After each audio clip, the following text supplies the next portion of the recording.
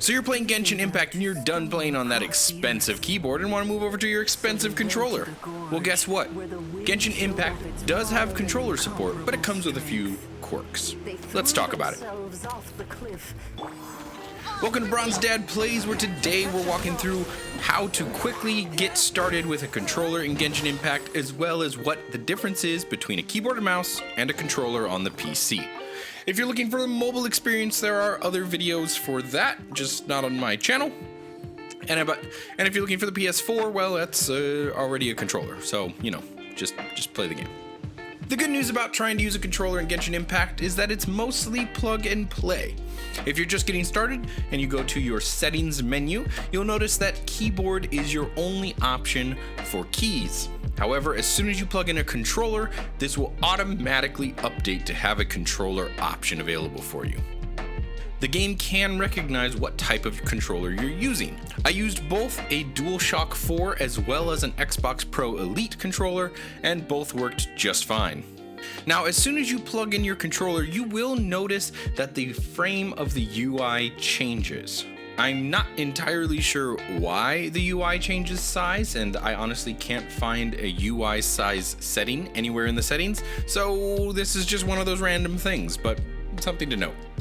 The controller works as you would expect it to. Your bottom button, X or A, is jump. You've got your light attack as well as your heavy attack keybound. You've got your spell keybound. Your shoulder button becomes your sprint button, which actually I kind of preferred.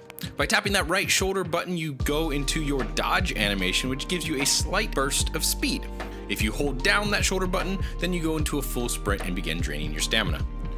When using a bow and arrow, you're going to want to aim using the left trigger and firing using the right trigger.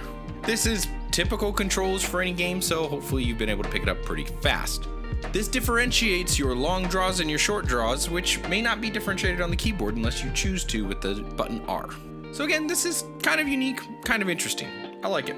All of your menus are still accessible while playing in controller mode. You even have access to a shortcut wheel while playing with a controller. This is accessible while playing with a keyboard, but I can't remember the button, and honestly, it doesn't make too much sense without a joystick. Just fling that right stick in whatever direction you want, and that menu opens up. You can still press your options button to get your full menu, but this quick wheel is actually very quick, very responsive, and excellently done. One thing to note is that you cannot change your keybinds for the controller, which is very unfortunate because this uses the Japanese select system. If you're not familiar with that, that means your bottom button, which is typically jump as well as select, is actually your cancel button. And your right button, which is circle or B, is your select button. This takes some getting used to. Certainly not impossible, but for those of us who have been playing for a couple decades now, this could be a challenge to unlearn. Odds are if you're in America, you have not used that circle button to select things since the PS1. Another small difference between the controller and the keyboard is that the keyboard does allow for some button combos. For instance, you can immediately switch characters and use your elemental combo with one button combo on the keyboard. This is not possible with the controller. The controller is ultimately very smooth, easy to handle. It's plug and play, you can switch between them on the fly, and there's really no hassle. This is much more comfortable of a playing position than leaning over a keyboard, so for many people this may be their go-to. As for myself, I'm going to continue to use the keyboard. It might be a little unwieldy when trying to stream, but you know what?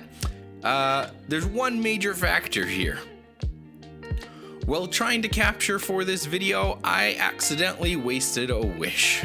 I thought I was trying to exit the menu, but of course, I had my buttons mixed up and instead spent a wish to get a stupid 3-star item. So maybe I'm just mad at it, but I'm gonna stick with the keyboard for now. Honestly, because this game is made for console, PC, and mobile at the same time, there are a variety of control schemes that are gonna work for this game. Hats off to the developers for that.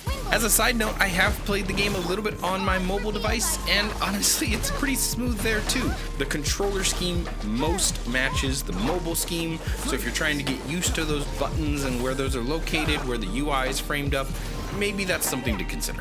The only other thing I do want to call out on here is if you plan to switch between controller and keyboard regularly, you do need to make sure you switch back before you unplug your controller.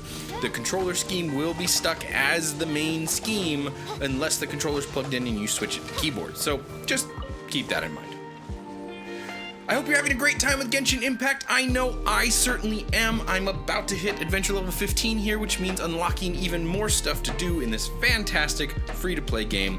I will be streaming on Twitch, both Genshin Impact, Overwatch, Fall Guys. I'm a variety streamer, what can I say? So, please make sure you subscribe to my YouTube, check me out on Twitch with a follow, and we will see ya next time.